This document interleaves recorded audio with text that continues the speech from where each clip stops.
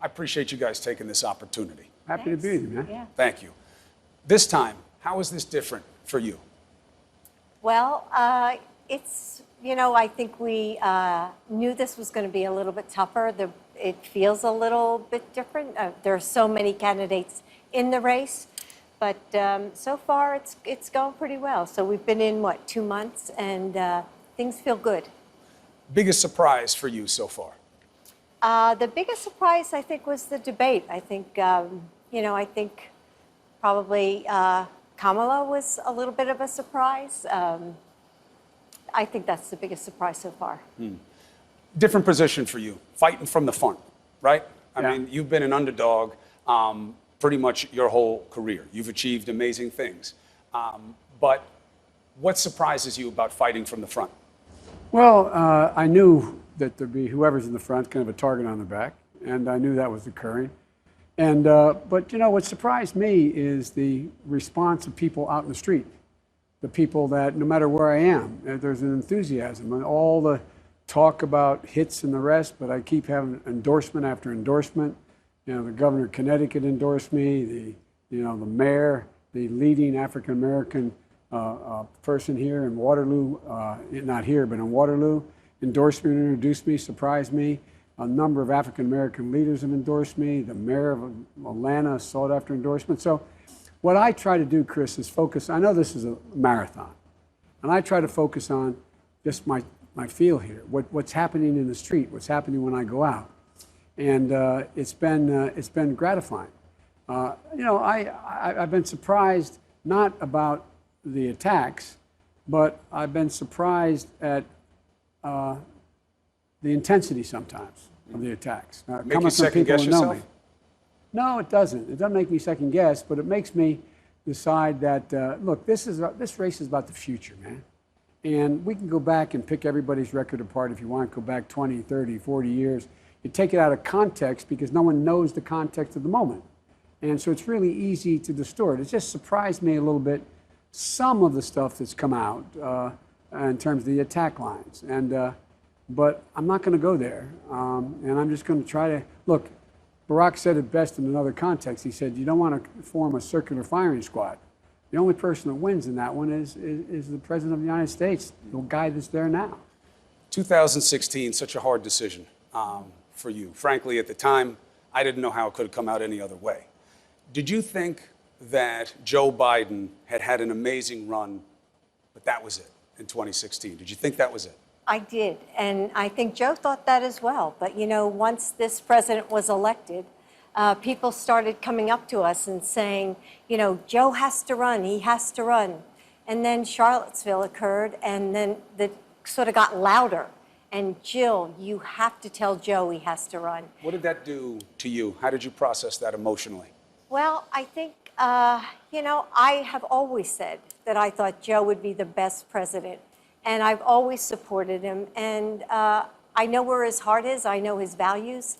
And I think he's in such direct contrast to what we have now with President Trump. And so as I started to think about it, and our family did, I said, you know what? It's the right decision. Why is it worth it? As somebody who grew up in politics, you know what's going to be done to him. On his best day, at his best, running at 105%, you know what it's going to be like. And that's just the primary, let alone a general election against one of the most fearsome politicians we've seen. Why is it worth it? It's worth it because it's going to change the lives of so many Americans. I mean, look what Joe can do on education, on climate change, on foreign policy. I mean, everything that he's worked so hard for. And that makes it all worth it. You said at a rally, you want to talk big ideas, I'm going to cure cancer. Did you mean it that way? Yeah, I did. What I meant was, what I've said all along, we can fundamentally change the face of cancer. And eventually we'll cure, I think we can be able to cure almost every cancer. We're curing cancers now, Chris. But the thing is that we are devoted to that notion. And there's so much. Think of what we can do in this country if we take the resources that are being wasted now and spend it on significant research on cancer, on Alzheimer's, on diabetes, on so many things. I've been sitting down with the so-called PCAST, the scientists used to advise us. We're on the cusp of so many breakthroughs. And what are we doing? We're doing nothing. We're wasting, not doing nothing. The government, who can actually rally enormous support and intellectual capacity, is, we're tweeting from Normandy about some actress or something. I don't know. It just seems to me, Chris, you know me. I think you know me. I've never been more optimistic in my life about the possibilities of this country. Why? We're so divided. Well, we can't be together on anything. We can't even get Congress together to help kids on the border. Well, the thing of the matter, the fact of the matter is that we're in a better position. Our politics is broken, but the public's not broken. The point of the matter is that there's so many opportunities. We not only have the greatest military in the history of the world, we've led by the example of our power all these years. We're in a position where we have the capacity to do so much with the greatest research universities in the world, more than all the rest of the world combined. It's all right there. What bugs me, what bothers me, is there's one big roadblock, and I'm not being melodramatic. It's Donald Trump. Donald Trump. And what he's done is everything everybody has done when they try to gain power and break down the barriers. He is trying to divide us in every way, on race, on religion, on ethnicity, across the board. That's the only way he can stay in power.